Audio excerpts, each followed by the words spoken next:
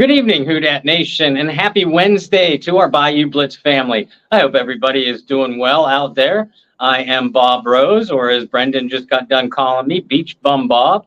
To paraphrase a line from Brent Mushburger, you are looking live at the Atlantic coast of Ocean City, Maryland, where my traveling roadshow takes me tonight. But I hope everybody is doing well out there. Joining me, as always, is my partner, looking like he's in home base for tonight anyway, Brendan Boylan. Brendan, how are you tonight, my friend? Good. It's nice to flip flop. You know, I'm home. You're on the road. I'm usually on the western part of the state of Maryland, but nonetheless, it's good to be home. Nice to see NFL football is going to be back tomorrow. Yep. Super exciting. We got a lot to talk about New Orleans Saints wise. Even though you've been on the road, I know you're just as connected as always with Saints news, what's going on, texting, reading, all that stuff from Ross and John and Kyle, the guys that have their boots down on the ground there. So we have plenty to get to. I'm well. I hope you guys are. Happy 2-year anniversary to you and Lauren. So that's quite the accomplishment. As you said before, who would have thunk it? You know, I've known you for a long time now. So, yeah, I mean, you picture living with me for 2 years. That's a short list for people who have been able to accomplish it, family members included. But yeah, Lauren, my lovely wife, will be together 7 years this fall. Married for 2 as of yesterday. She's inside the condo right now with our baby boy Will, and not so much a baby anymore, and our friend India, and we are having a blast at the beach. But I don't think it'd be as possible without the contributions, like you said, Brendan, of John Hendricks, Kyle Mosley, Ross Jackson. They are the ones for Saints News Network at Saints training camp to allow me to take this vacation. I've done the best I could to keep up on Saints news. I know everything that's been going on, including some film that I've seen from training camp. I've just been lazy and haven't written a single bit. The only work I've done is right here tonight and Jordy Haltberg's show yesterday afternoon. So it's a much needed mental break for me. At least I hope. Hey, listen. When you're on vacation, you're on vacation. I know that's much more of a millennial type of mindset of thinking. People my age are definitely like, hey, when I'm not at work, don't call me. Don't text me. Don't email me.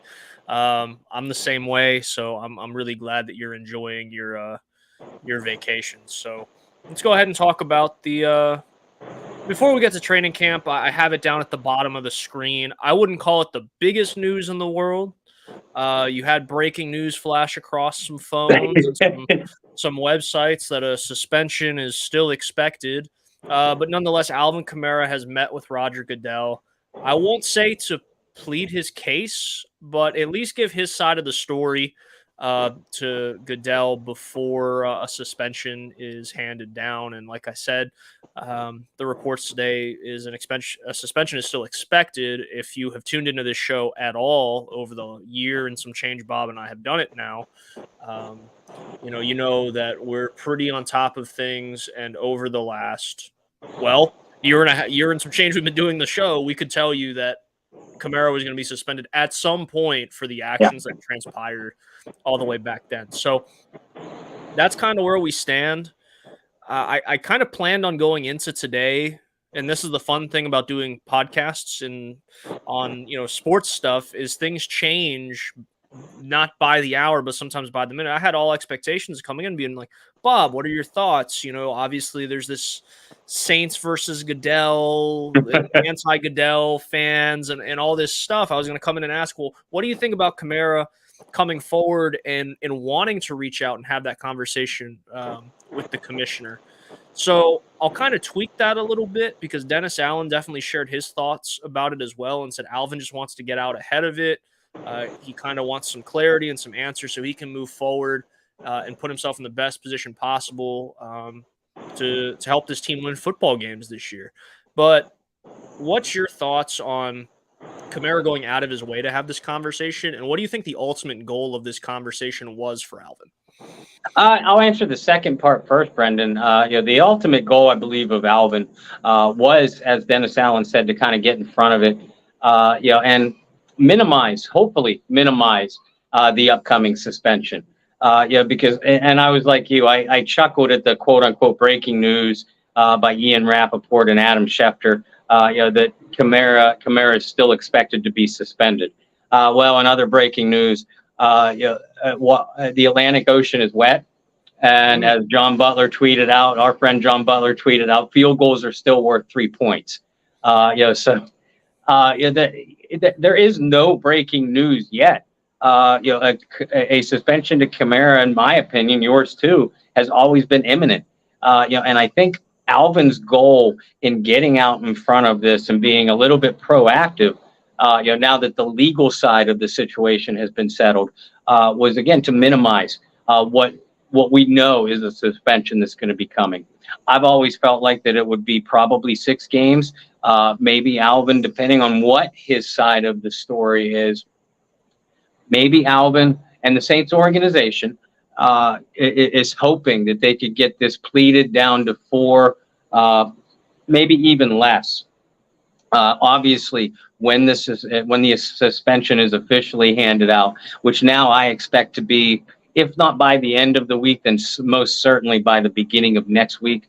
Alvin obviously has the right to still appeal said suspension, but you also have to feel like if he's already told his side of the story proactively, then whatever suspension is ultimately handed down, Alvin is a little bit more likely, at least in my opinion, a little bit more likely to immediately accept the consequences, instead of appealing, which could drag out a suspension a little bit longer and ultimately, at least most likely, ultimately not be reduced at all. I'm kind of with you. Is if you're going to take the initiative to go out and get ahead of this, have that conversation with the commissioner, whatever your suspension is, what's the use of appealing it? Because you've already essentially appealed it. You've already pledged Right. the case. You've already said, hey, this is what happened. This is why I should get less games. Personally, and I guess this is just coming from my upbringing and working in the different fields that I've worked, I think anytime you can take the initiative and sit down and have a conversation about something that can be a difficult topic, 9 times out of 10 is good for all parties, not just yourself. The more it lingers on, the worse it's going to get. So the fact that Alvin didn't wait until something was handed down and then appeal it, the fact that he was willing to come forward and say, hey, I just want you to have all the information possible to make the most or make the best decision for the league. I would think that Commissioner Goodell, or if you did that at work and that was your boss or whatever, would appreciate that and probably take that into consideration before a punishment's handed out. Now, for people like Bob and people on in the comments that are Goodell's always out to get the Saints, which I'm on that boat, not as much as Bob is, but I'm on the boat. I might not be captaining the boat, but I'm on the boat. You might be saying like, well, it doesn't matter. Like, Goodell's still going to hand down this lengthy suspension. I think Bob hit the nail on the head. I think you're looking at 6 games and a potential reduction. I think the 6 is probably your base point where you want to start, but just like any negotiation scheme, 9 times out of 10, it's never that number. So with Alvin going and negotiating, if you will, he's probably going to get it down to 5 games, 4 games. I'd be surprised to see it be any less than 4. But I think you're right in the ballpark of where this suspension should be. Like you said, there's no breaking news. The only breaking news we're going to have when it comes to this moving forward is when an actual number is assigned for a suspension. Yeah. How many games is it going to be? With the suspension, can Kamara still take part in the preseason? With all the minor details of that? Does this suspension start immediately? Does it start at the start of the regular season? And I know those are very minute things that have 9 times out of 10 aren't really thrown into the situation, thrown in the scenario, but those are things that you got to know. And And I know the NFL has, and Bob and I have talked about this, and we've beat a dead horse time and time again, is when you have domestic, this wasn't quite domestic violence, but when you have any physical altercation charges for anybody over the last decade, the NFL takes that a lot more seriously, and the punishment is usually a lot worse than, I mean, we've seen guys suspended the last couple of days for PEDs. Yeah. 2 games. To Gambling. where 15 years ago, as terrible as this is to say out loud, I think it was the opposite. You have an assault charge, 2 games. You got PEDs, though, that's a 6 to 8 game suspension. You can't be doing that. And the rules have kind of flip-flopped on that a little bit. So those are the things I'm going to be looking for, but there is no breaking news. Kamara went and had a conversation. And at this point, he kind of has to throw his hands up and say, I did my part, and whatever the NFL hands down is what the NFL hands down. Like Bob said, accept it as soon as you get it and just begin to move forward. And that way you have clarity as Alvin Kamara. The Saints have clarity as they have, outside of Kamara, is there a running back on the roster that was truly on the roster last year? I know you can say, Benjamin, and but was he really on the roster last year? It was very short period of time. You're going to have to get those guys acclimated to what you want to do and set their level of expectation in week 1. Because right now you have a backfield of 4 or 5 guys that don't know if they're going to be, I think everybody knows who the starters are. Starters, I'll use that as plural because it's Kamara and Williams, but you have guys in Miller and Benjamin who really don't know what their roles are going into week 1. So anyway, it's going to be good for everybody. Kamara, the Saints, as an organization, the league. It's good to just go ahead and get it over with. And that's the one thing we've kind of been nagging on over the last, year and some change with this whole thing, is it just felt like it was dragging on and it was dragging on. You're at a point where you can just close the book. So, like you said, Bob, I would hope the NFL closes the book this week. And if not this week, before preseason week 1 for New Orleans.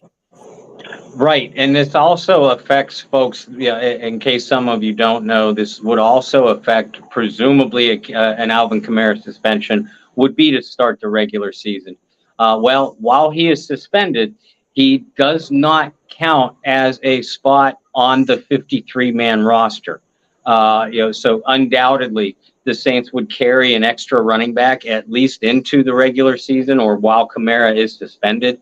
Would it be a guy like Benjamin, Kirk Merritt? Would they go out and sign a veteran back? And if so, would it be an accomplished one, such as a Kareem Hunt or a Kenyon Drake? Or would it be a guy to more fill a special teams role? I think we could better answer that question once we've seen not so much Jamal Williams, but especially Kendra Miller and Benjamin in preseason action. Would you agree with that? I would. Honestly, I think that the goal here is for Kendra Miller to be it's kind of weird to say this because you already have 2 running backs, but you're looking for Benjamin to be a true change of pace type of guy. Yeah.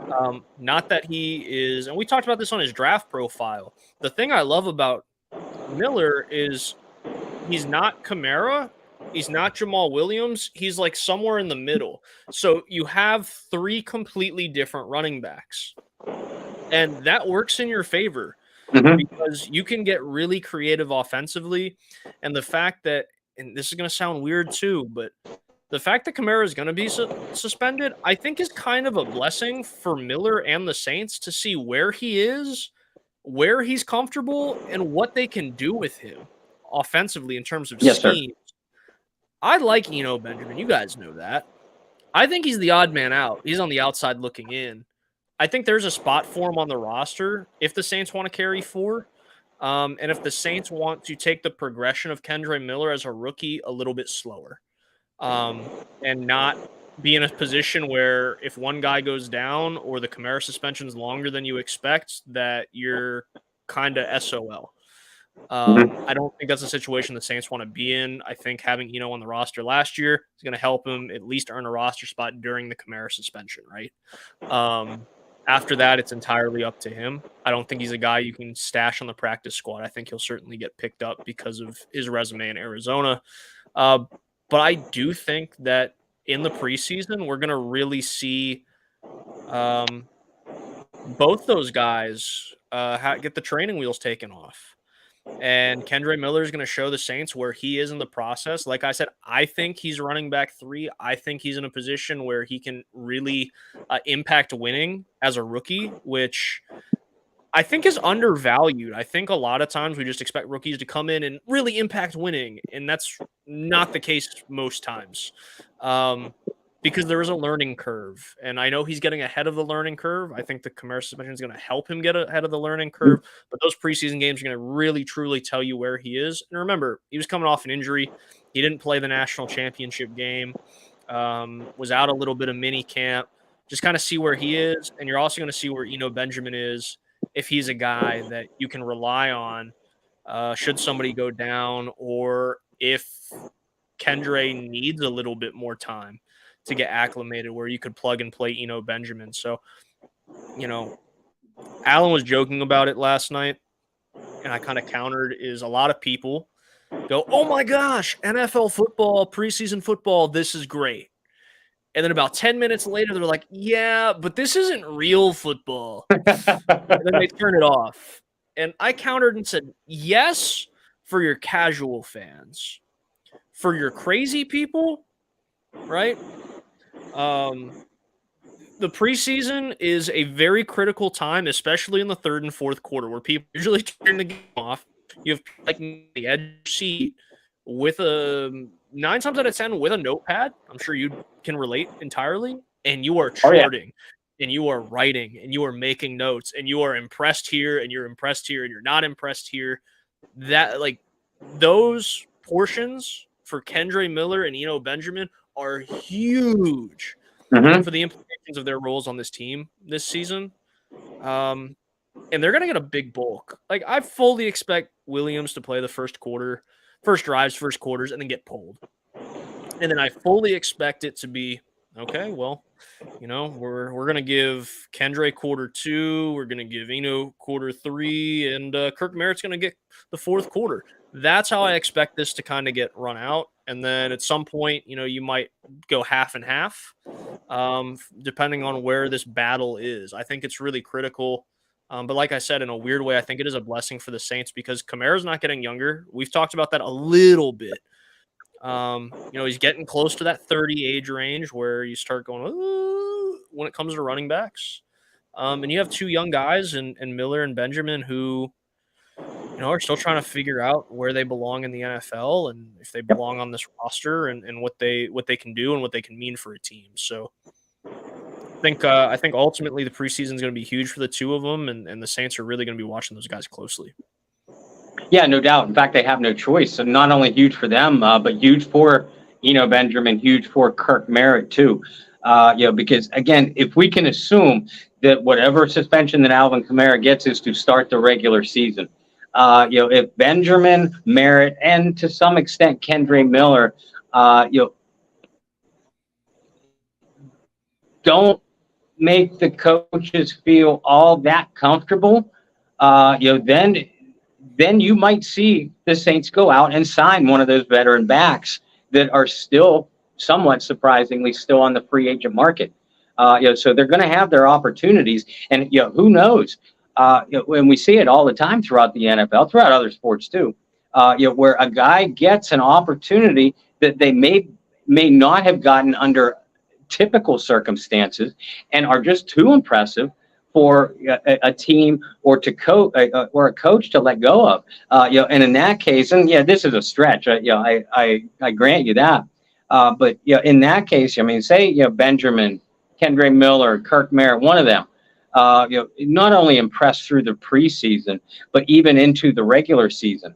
Then all of a sudden you have a legitimately crowded backfield with maybe a trade asset, to recoup some draft picks or something like that once Alvin does come back.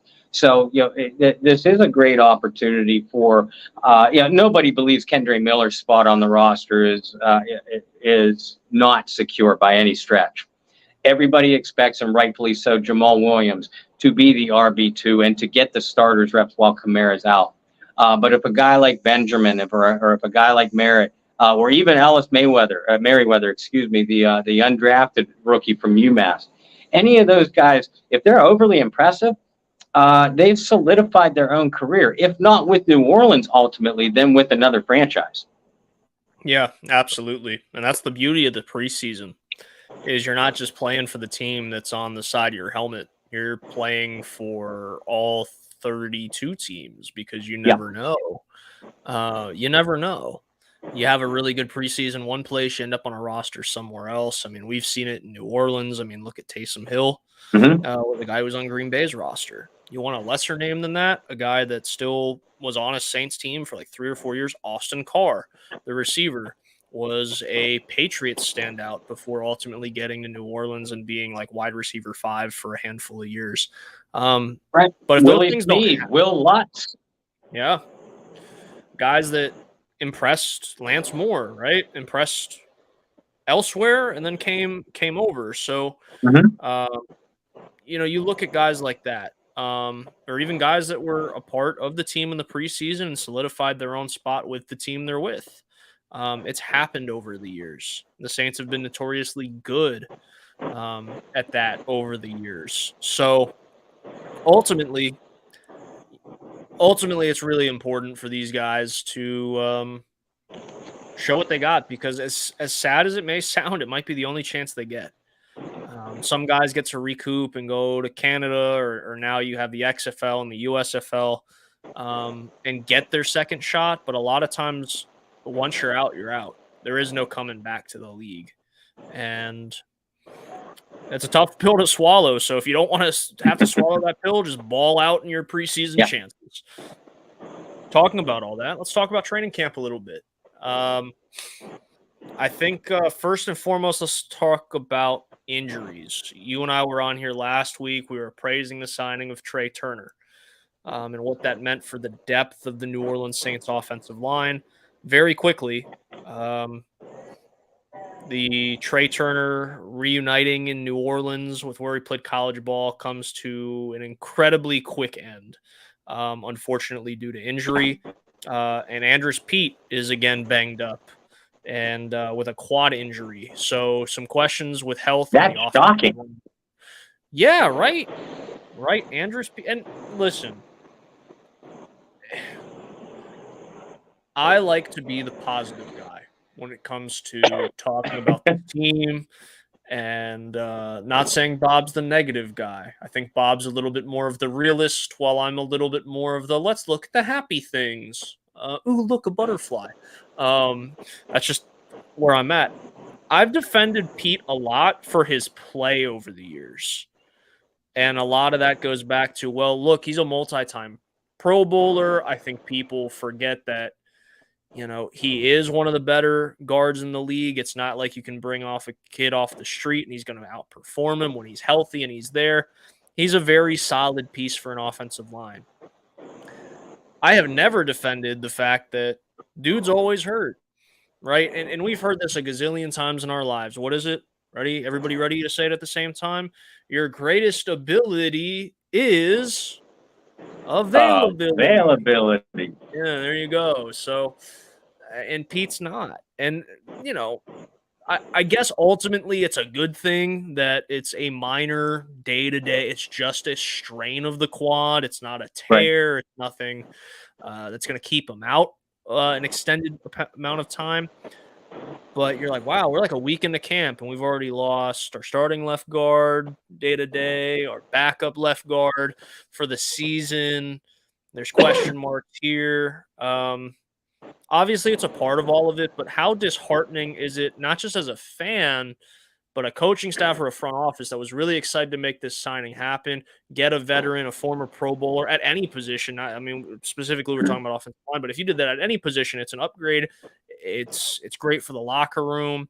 And within, 6 hours, the season's over, and you have to go back to the drawing board. What kind of blow is it to the front office and to the teammates to watch that happen so early on? It's a big personal blow for the teammates. Because football players, they're a fraternity. And you and I know this well, Brendan, because we're friends with several former players, and we know that it's a fraternity. So for the players in that locker room and really throughout the league, they feel for Trey Turner. As a human being, you have to feel badly for Trey Turner. From the front office perspective, you feel bad financially for the Saints front office because they did invest in this guy. Whatever the amount is irrelevant. They did invest in him. However, and you're going to hear both Brendan and I use this word a ton throughout training camp and preseason. Opportunity. It now opens up opportunities. Not only Trey Turner's unfortunate injury, but Andrus Peat being shelved for what we believe is going to be maybe a week to a couple of weeks. James Hurst, and you obviously know what you have in James Hurst. He's a reliable veteran who can play, basically 4 out of your 5 offensive line positions. So you already know that you could slide James Hurst in there and really not have any drop off at all. It also gives a chance for Nick Saldiveri, to get more starter reps, at that guard position. Gives Calvin Throckmorton some more time, and we sort of know what we have in Throck as well. But it also gives guys like Lewis Kidd, who's trying to make the roster for a second year in a row as an undrafted player. Mark Evans, an undrafted rookie himself. Storm Norton, who is trying to kind of rejuvenate his own career. Max Garcia, who's an accomplished veteran, and under the radar signing because he happened to sign a contract the same day as not only Trey Turner but Jimmy Graham last week. So it gives those guys an opportunity to compete, and it gives Pete Carmichael, Jari Evans, Doug Marrone, Dennis Allen. It gives the coaches an opportunity to see what they have at the position when Pete does come back healthy. Again, it's one of those, it sounds almost awful to say, but you're like, wow, it's kind of a blessing that these guys are thrusted into positions where they're going to be challenged, and really see what you have out of some of these young guys, because a lot of times guys get lost on the depth chart. They're not getting the first team reps. They're not getting second team reps. And when they get thrust into positions where they have to take those reps, it's a lot easier to see them and go, wow, that guy's really standing out today because look at the competition he's going up against. Speaking of competition, one guy that has completely dominated training camp, even with a much improved New Orleans Saints receiving corps, is Marshawn Lattimore. Obviously, Marshawn missed a handful of games last year due to injury, but was undoubtedly, when he was healthy, a all-pro level type of cornerback.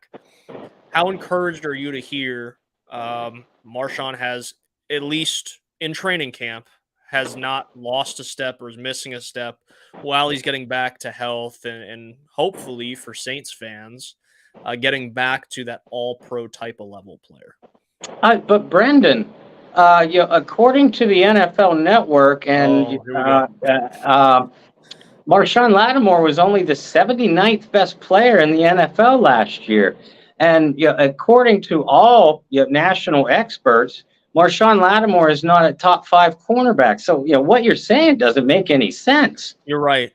I haven't covered this team since Marshawn was a rookie. I haven't seen him grow and play at all. I certainly have no idea what I'm talking about.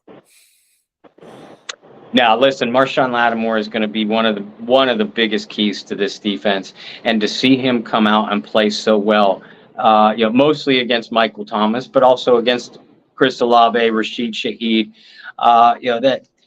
that tells me that Marshawn is sort of stepping forward, developing his maturity. Not that he was immature per se, but developing his maturity into almost a leadership role, and he should, because the Saints secondary, Paulson Adebo's going into year 3, Alante Taylor's going into year 2. Marshawn Lattimore is the most experienced defensive back as far as with the New Orleans Saints on that roster. So he should be the leader. And you look for your leaders to perform well in practice as well. But like you said, I mean, the numbers, at least that we're hearing in the limited video that we have seen, uh, to only give up like one or two legitimate completions so far, and and not only 11 on 11, but 7 on 7 drills as well. That tells me that this man is coming to play this year. And again, you expect your leaders to do it not only in game situations, but in practice as well. And that has been one of the few legitimate knocks on Marshawn Lattimore, is his consistency. Almost that he played down to the competition in games, and sort of gave. I want to choose my words carefully, but sort of gave inconsistent effort, or at least inconsistent results in training camp when he wasn't going up against a Michael Thomas.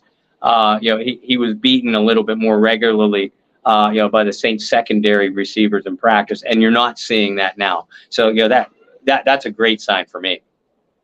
Yeah, I'm glad you brought that up. That has been the biggest legitimate knock of Lattimore's career, is he locks up some of the best in the league. Say what you will, Mike Evans is going to go down as one of the best receivers of his time period, and he's locked down a guy like Mike Evans. But then he'd go and he'd give up an 100-yard day to a guy that isn't even in the NFL at this point. Mm-hmm. Well, that doesn't make any sense. So it is nice to see the progression and maybe the maturity. That might be a good word. The maturity of Lattimore getting to a point where you got to take everybody seriously, because there's a reason they're here. There's only so many wide receivers in the NFL, right? So many pass catchers. They're the best, however many in the world. You got to take everyone seriously. So very encouraged to see that. We talked a little bit last week about the offense starting a little slow. We didn't want to say the word struggling. We just felt like they started slow. That's changed a little bit. The offense has picked up. The offense has looked good. Specifically Olave, Shaheed. There's been a couple knocks on Michael Thomas, but I think a lot of that is the fact that he hasn't really played football consistently in 3 years. So ultimately, on Derek Carr, obviously, the more comfortable he's gotten, the better he's looked. What are some of the takeaways for you on the positive side from an offensive side that didn't have a whole lot of positives after the first few days when we were here on the Bayou Blitz last week? I'll tell you, everybody is raving, and based off of the footage that I've seen and the interviews that I've heard, I could see why everybody is raving about the tight end position as a whole, is in multiple players. I mean, even guys like Jesse James and Lucas Krull, who you have to believe, are each long shots to make this roster. They're making plays on a daily basis. This just wasn't one day. Jimmy Graham, and I know the people that were overly excited about the Jimmy Graham signing are now saying, "See, I told you so." I told you, he's still going to be a big player in this offense. To them, I say not so fast, because Jimmy is going on 37. We're going to see if this has lasting power, but I will acknowledge he has looked really good. Juwan Johnson has looked really good, really confident. Foster Moreau has had some outstanding moments as well. So, the tight end position, we know what we're going to get out of Olave, Shaheed. We know what we're going to get out of Michael Thomas if he stays healthy. We know what you're going to get out of Kamara as a receiver. But to see the tight end position show out the way they have early on, if they can sustain this, man, this is going to be a dangerous offense in every aspect and on every level of the field. Another position that has stood out, like I mentioned, was wide receiver. And a lot of us were looking for Rashid Shaheed to make that leap. And he's always going to get compared, at least to me, or for me, to Deontay Harris, Deontay Hardy, because they were so similar. And one thing we've always talked about is, well, Shaheed really separated himself as a receiver, though Hardy was making strides and then got hurt. Shaheed was even ahead of those strides last year. And now in camp, you're seeing him make additional strides. We talked last week about, seeing footage of Carr and Shaheed working and putting in some extra work and extra communication and trying to get on the same page super early in the process. What are some things you've heard and seen about Shaheed that should get Saints fans excited? Because I think the expectation levels for him are very high, even though he's going to be, wide receiver number 3. Yeah, and they should be high, I think. And I had high expectations for him as a receiver too, as a receiver also. Rashid is showing even more confidence, and even higher comfort zone, through the intermediate zones as a route runner. You folks recall both Brendan and I singing his praises as a route runner down the stretch of last year.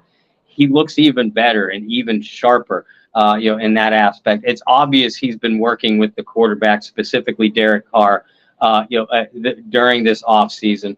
It's obvious that he's put in the work, and again, we're talking about Marshawn. We just got done talking about Marshawn Lattimore. Don't forget, these receivers are going up against not only Lattimore, but other very, very good cornerbacks in Alontae Taylor, Paulson Adebo, Bradley Roby, who a lot of people forget about, in the shuffle on that deep position. And Shaheed Alave too. They're still making plays. So again, Michael Thomas, you're going to keep your fingers crossed. You're going to be holding your breath that he stays healthy. And as we always say on this show, Michael Thomas brings a different element to the offense. He's a different type of player than what Rashid Shaheed or Chris Olave are. But Rashid Shaheed, there's no doubt in my mind that Rashid Shaheed is a legitimate offensive playmaker. He's more than just a deep threat. He's more than just a guy that you need to get in space because of his speed, and open field ability. This is a legitimate receiver, who can make plays on every level of the football field. Absolutely. I think the one thing that's jumped out to me is you mentioned route running, and how he's always been someone we've sung praises of. And I don't want to say it's been exponentially better. And again, it's training camp, no need to overreact. But I'm seeing growth. You might be sitting there thinking, Brendan, what? Oh, duh! Like, he's a second-year wide receiver. He's supposed to have growth. Yes, but you can get extremely excited when you start seeing the light bulbs click, when you start seeing the gears turning the right way. And that's what I'm seeing out of Shaheed. Now, I'm not going to go out here. There are some people, you guys know I love my fantasy football, so I got to get it in. You see people out here saying, oh, Shaheed's a huge sleeper. Like, he could jump up and be a top 20 wideout this year and this and that. And a lot of it has to do because we don't know where Michael Thomas is and how much is Michael Thomas going to play. I'm here to shut that all down and breathe a little bit when it comes to Shaheed. Does he have tremendous ceiling? Yes, if he's the wide receiver 2 throughout the season. The expectation and the hope for Saints fans is he won't be. Because if he is, that means Michael Thomas's NFL career is likely over. Yeah. So let's calm down. The other thing with Shaheed is, while I do see him getting more involved in the short and intermediate game, his bread and butter is still the big play. Yeah. And he's going to be a guy that lives and dies week to week off of the big play. He's not going to be a guy where you pull out your phone and you go to your fantasy app, whether it's Yahoo, NFL, ESPN, whatever you play, and go, wow, Shaheed had 10 catches for 80 yards today. It's going to be more like, wow, Shaheed had 2 catches for 97 yards today and a touchdown. That's what it's going to look like. So let's not get too high. I would say, just keeping it on the receiver, if I had to pick one Saints receiver that's a sleeper, I would actually say Michael Thomas. Because Michael Thomas, on some boards, is viewed as receiver 50. Yeah. Somewhere in that range. And I'm thinking, that might be your steal if you're playing PPR leagues especially. Yeah. That might be a guy that you pick up late and you hope for the upside. You're not banking on the upside, right? That's why they're called sleepers.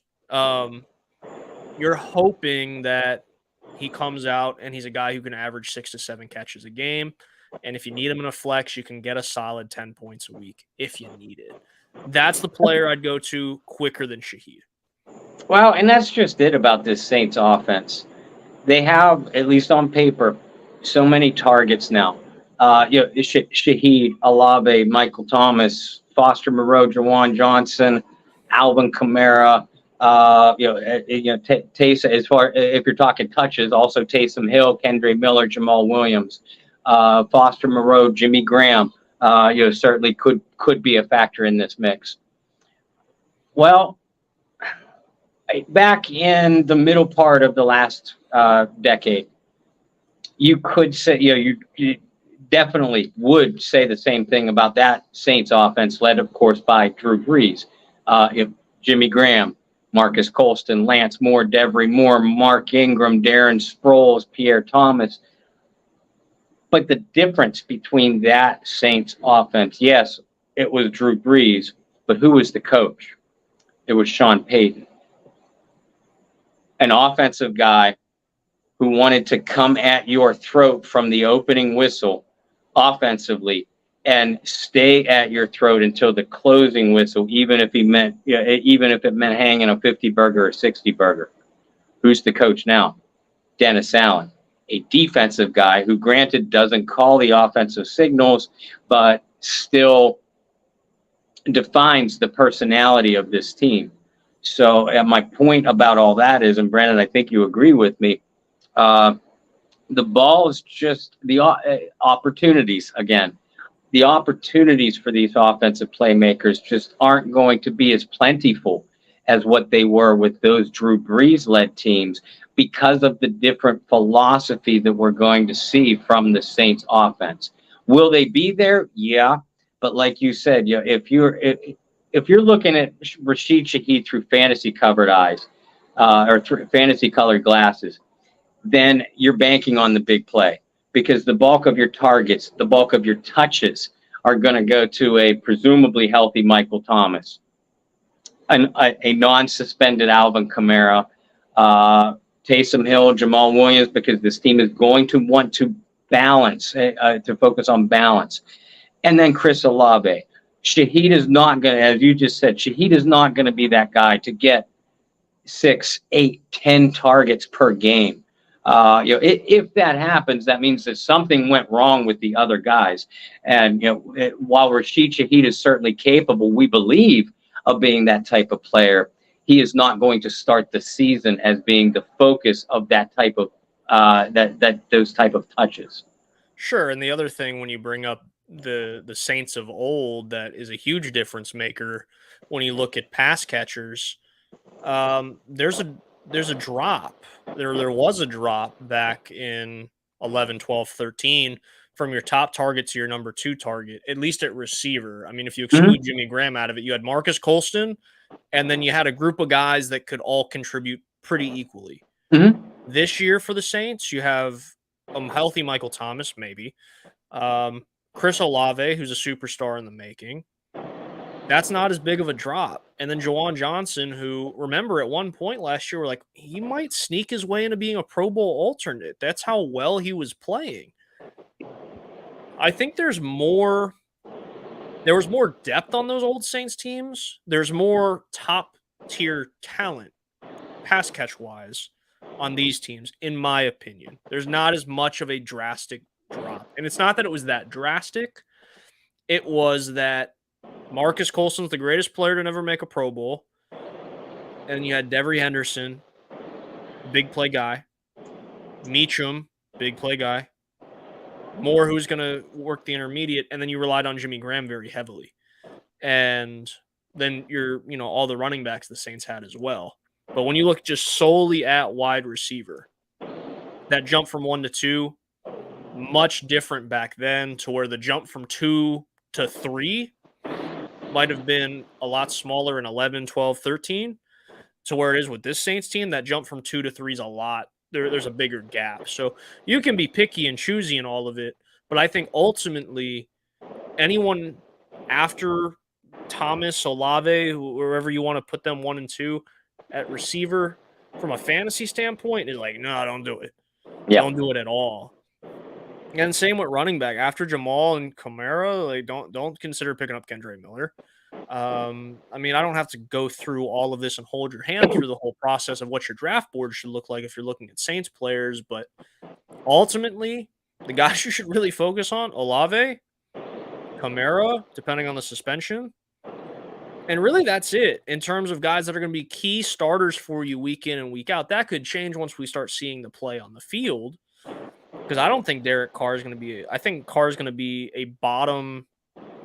When I say bottom quality QB1 in fantasy, I'm looking at him from being in like the top. Like his ceiling's probably like QB9, QB8.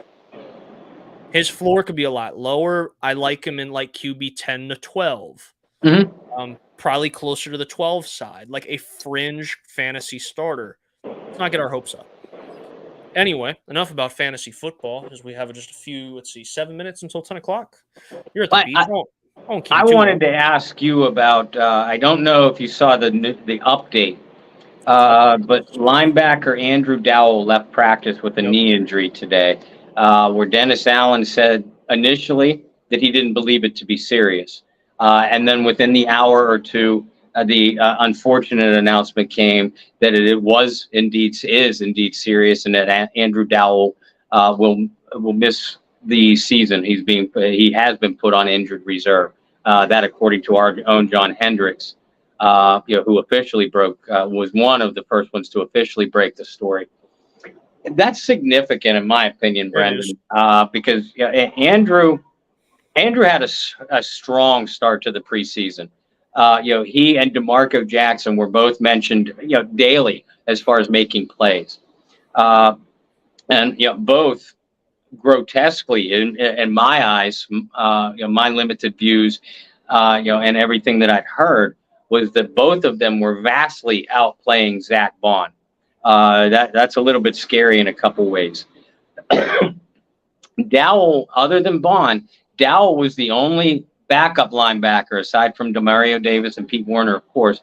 Dowell was the only other linebacker other than Bond who had any defensive snaps in the Saints defense. You and I kept talking all the offseason about how they were going to give DeMarco Jackson and Zach Bond the first opportunities to take that number 3 spot vacated when Caden Ellis left. But we'd also bring up Andrew Dowell occasionally as a dark horse competitor.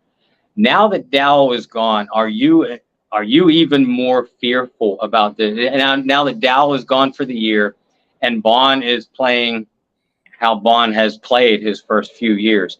Are you even more fearful with this position? Yes, because I think the logical thing to do is Dowell being a key special teamer. I've always said Zach Bond, that's where he plays best. Just make Bond a full-time special teams guy and go sign a linebacker. Here's the problem, though. There's not a whole lot of quality linebackers left. I disagree with you there. In terms of what I think the Saints need, in terms of like uber athletic guys, we talked about Quan a lot. Quan's off the market. We talked about Deion Jones, another NFC South guy, an LSU guy off the market, goes to an NFC South rival. That's the type of prototype I'm looking for. And I'm kind of biting my nails going, there's not a whole lot of guys at this point that I think fit that role the same way that Jones and Alexander would have. Are there still quality guys? Sure. Guys with NFL experience? Sure. But I think anytime you have your top 1, 2, 3 guys on a list and those guys' names come off the board, you start going, oh, no. And that's kind of where I sit right now, because there's not a lot of linebacker depth. It's a position that you and I have talked about at length throughout the offseason. It's great to see and hear that DeMarco's having a good camp. We both liked him. We're both rooting for him. Go small school, North Carolina dudes. Always about that. Real happy. But injuries are a part of the game, as you just explained with Dowell. So for the love of God, go get a linebacker. I don't care. Like at this point, it's like I don't care who it is. You know, it's that point. It's that point in the Madden year where you're on your franchise mode and you have a terrible injury happen to one of your linebackers, and you're like, well, now I have 52.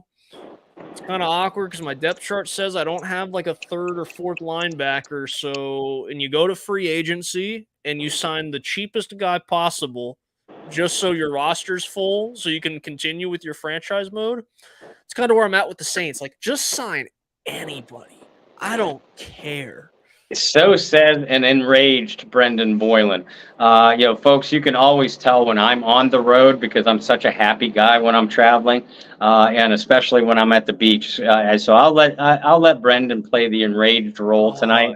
It's just frustrating because and I'm used to this, not just with teams that I cover, but teams that I root for as well, where you look there and you go, there is a glaring need. Like, you don't have to be an expert. You don't have to work in the front office. You don't have to cover the team. There's just a glaring hole here. Do something. And it's like, I don't know. It's like somebody punched a hole in my wall and the Saints are like, oh, I'll fix that. And they put a Band-Aid over it. That's what it felt like with the linebacker spot. Coming into the offseason, it's not that I ever disagreed with you. It was always a concern to me too.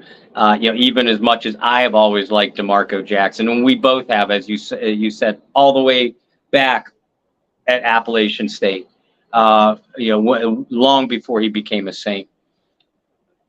But I saw the Saints coach it. Yeah, I saw the Saints logic from a coach's perspective.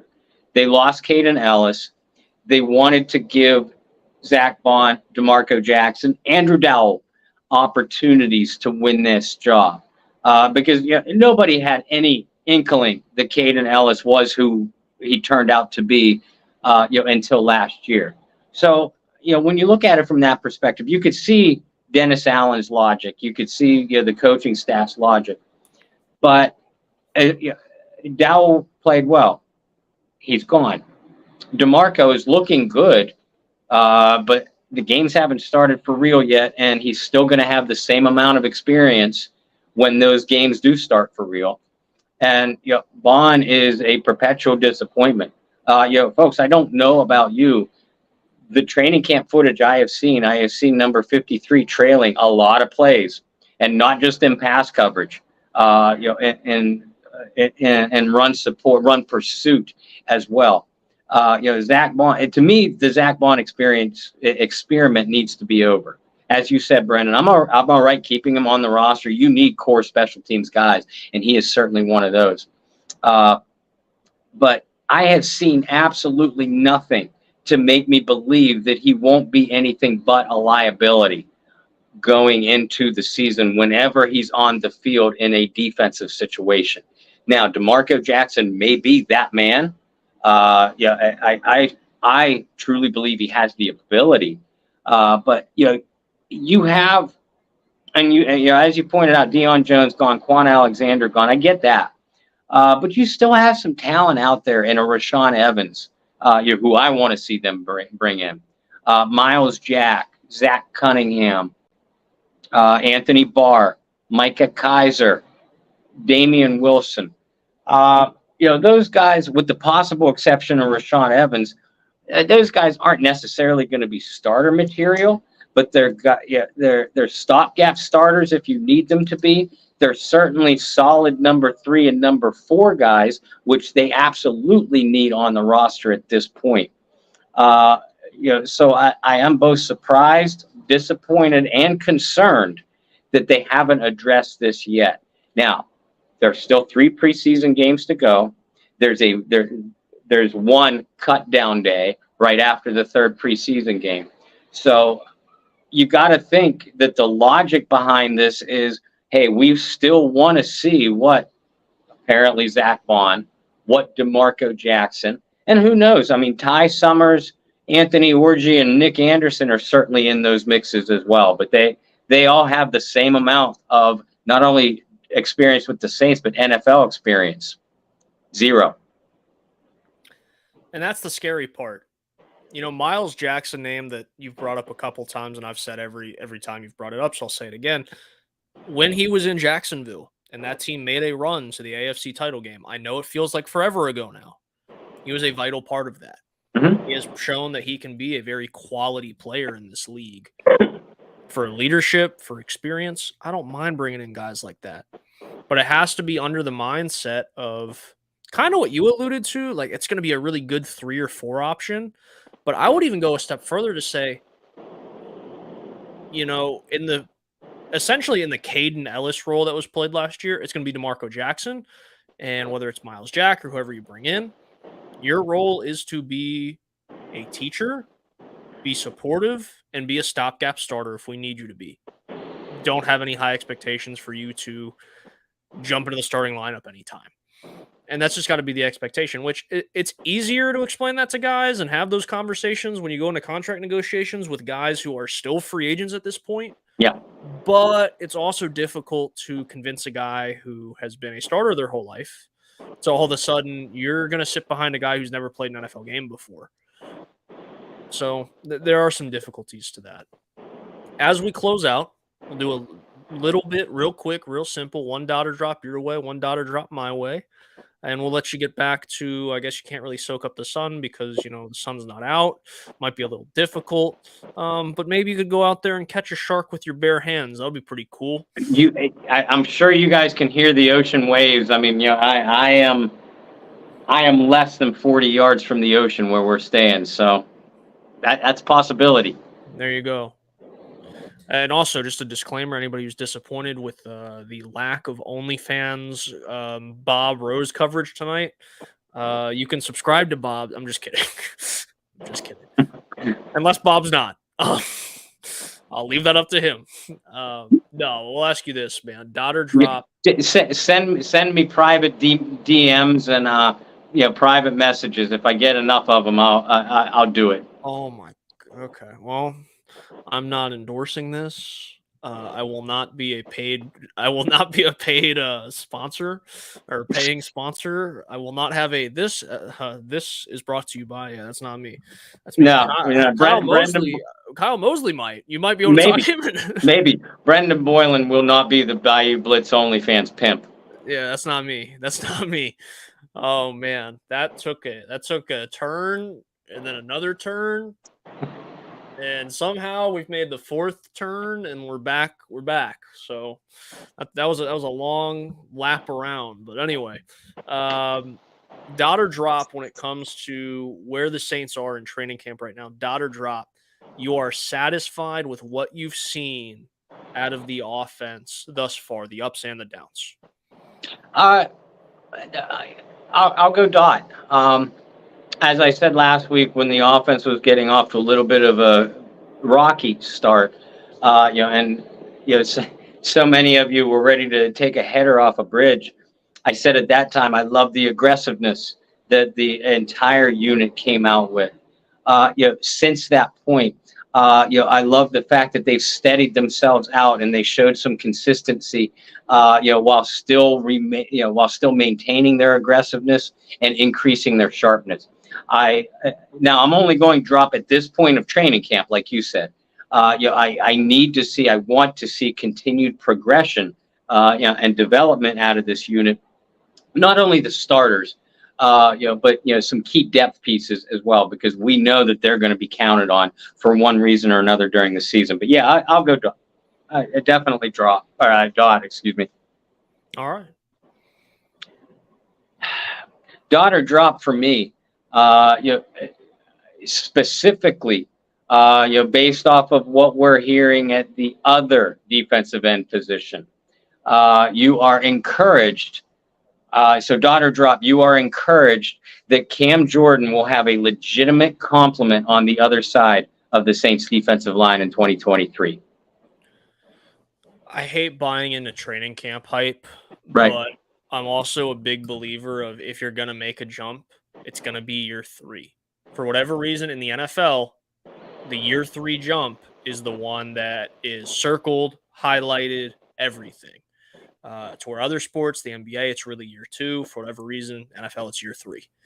And so when you start hearing really nice things about Peyton Turner and how he has been everywhere and he's continuing to make plays, you get encouraged. Yeah, I'll say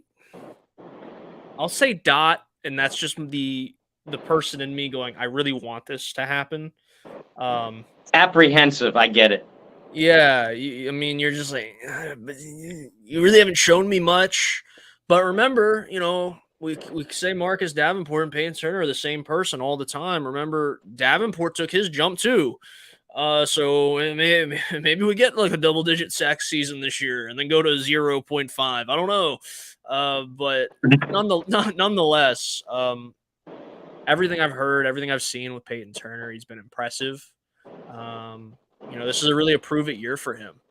And it's a prove-it year considering, you're a first-round pick and you're expected to play opposite of a future Hall of Famer and take a little bit of pressure off him because he really hasn't had the pressure taken off of him to get to the quarterback since ever. Dare I say Junior Gillette? Has it been that long? Yeah. Junior Gillette was a double-digit sack guy, so it's been a long time. It's been almost 10 years. Maybe it has been 10 years. Is Gillette 14? Yeah, close to 10 years. I mean, we had the Trey Hendrickson breakout year, but that was mainly because Cam was eating up all the double teams. So, yeah, you really haven't had a guy to run with him. So, yeah, I hope that's where we're at. I hope it continues, and I hope we certainly see a couple sacks out of Turner in the preseason as well.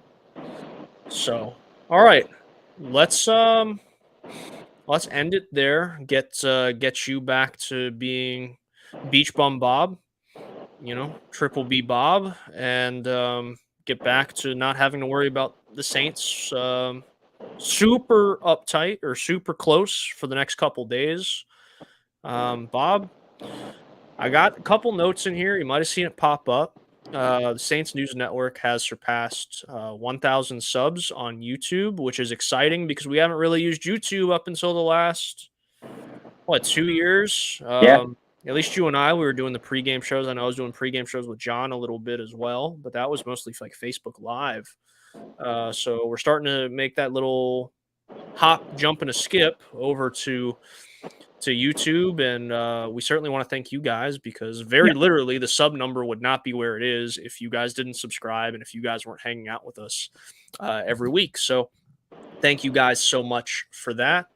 Bob, while you're at the beach, people can still follow you, but you're going to be a little less active, but you'll be back from the beach before you know it. Working all these lovely people that don't already follow you, which there should be 0. But just in case there's a new person, sitting out there, where can people follow you on the World Wide Web? Folks, thank you so much for bearing with me. I've been pretty much off the grid this week. And as Brendan said, I will be back. I'm trying to talk my family into a longer stay down here, and we'll see if I'm successful. If I'm not successful, then I'll be back, for in media coverage on Monday. But in the meantime, you can follow me. I'm on Facebook, Bob Rose. I'm over on Twitter at BobbyR2613. Not only my work when I get back, but Kyle Mosley, John Hendricks, Ross Jackson. Follow all of us at the Saints News Network, at Saints News on Twitter. And of course, as Brendan said, the Saints News Network YouTube channel, where you can also stream episodes of the Bayou Blitz featuring Brendan Boylan and myself. Speaking of Bayou Blitz, make sure you continue to strengthen that Facebook page and that Twitter page at Bayou Blitz Pod. Y'all have done a great job. You've made this so fun for us in the last year, plus a couple of episodes. We're going to keep going strong for you because you keep going strong from us. So nothing but love for you, and thank you so much. Guys, you can follow me online, Twitter, Instagram, Threads. Still don't really use Threads, still trying to figure it out, but at BT Boylan. Bob talked about the Bayou Blitz on Facebook, the Bayou Blitz on Twitter. So, Bob, this is what we're going to do. We're going to have a fun time with it. Are you ready? Bob doesn't even know this. I'm just making decisions. While Bob's on vacation, I'm making executive decisions. This is never a good thing. We want to reward you guys on Facebook because the groups have grown so much. That's where the Bayou Blitz really kind of took off, even before I was a part of it. So we want to reward you guys, and we didn't do that. We didn't do a giveaway on Facebook last year. So as you guys remember from last week, I have a couple of Saints white panel footballs. So we're going to be giving away one on Facebook and one on Twitter.